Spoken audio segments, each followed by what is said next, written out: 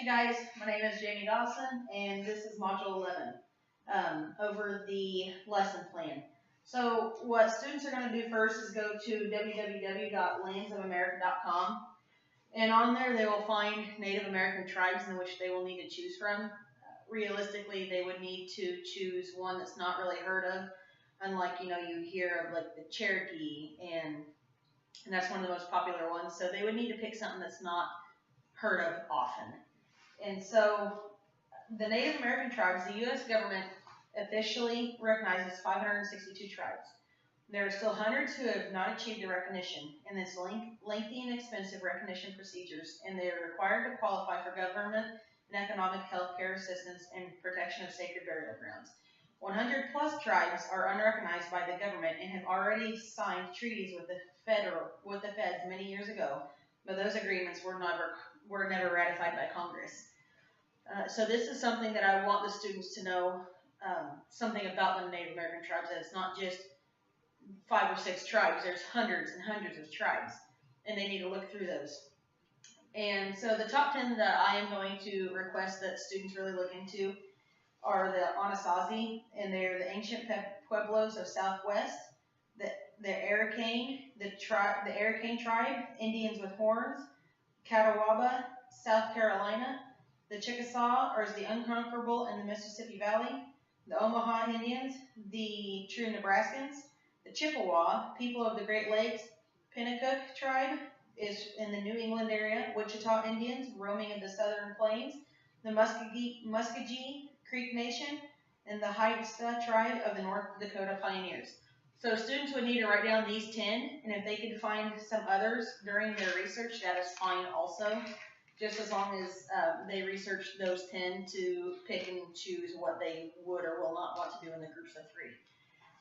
And so students will need to write down these, what I'm going to read. This is going to be like my actual example of what I would want them to have.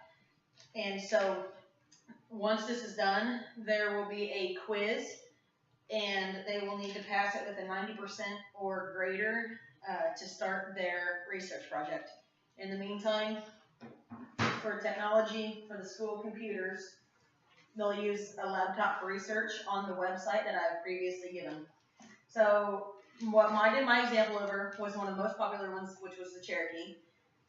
Like I said, students should have something else other than the more popular ones. And so what my lesson here will go over is what I want the students to have in theirs. And so originally I would be writing these for the students to make notes of. So the Cherokee were westward on the Trail of Tears, and the Cherokee tribe was first inhabit what is now the eastern and southwestern United States before most reports moved to the Ozark Plateau. The Cherokee people speak an Iroquois language and had a system of writing their own language developed by the Sequoia. Cherokee economy, based on agriculture, was growing corn, beans, squash, sunflowers, and tobacco. That's really important to know what they survived on other than meat like deer, elk, bison. So that's pretty important that they need to know what else that they had for food. And what they hunted with. They would have hunted with bows and arrows for that, for the bison and the elk and the deer. And then for smaller game such as raccoons, rabbits, squirrels, and turkeys were hunted with long cane stem blowguns that were propelled with wood and feather darts. That is also something else that they would need to have in their own project, is a category over what weapons they used and how they hunted and what they hunted with those certain weapons, and what their clothing was made out of, what their culture was like. So, Cherokee women wore skirts woven from plants, while men in breechcloths or leggings. Men would paint their skin and decorate it with tattoos. So that they would need to have something that made them stand out. Like as I said, they had paintings on them that were formed as tattoos. And so then they need to have a little bit of history also with this. And so for my history is in 1828, the Georgia legislature outlawed the Cherokee government and confiscated tribal lands. Cherokee appeals for federal protection were rejected by President Andrew Jackson, which eventually led to the Trail of Tears.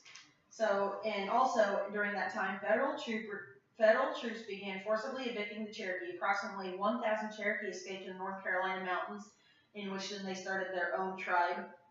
Still based on the Cherokee, but it was the Cherokee of the Southeast Mountains or something similar to that. Most of the tribe were driven west 800 miles in a forced march that became known as the Trail of Tears.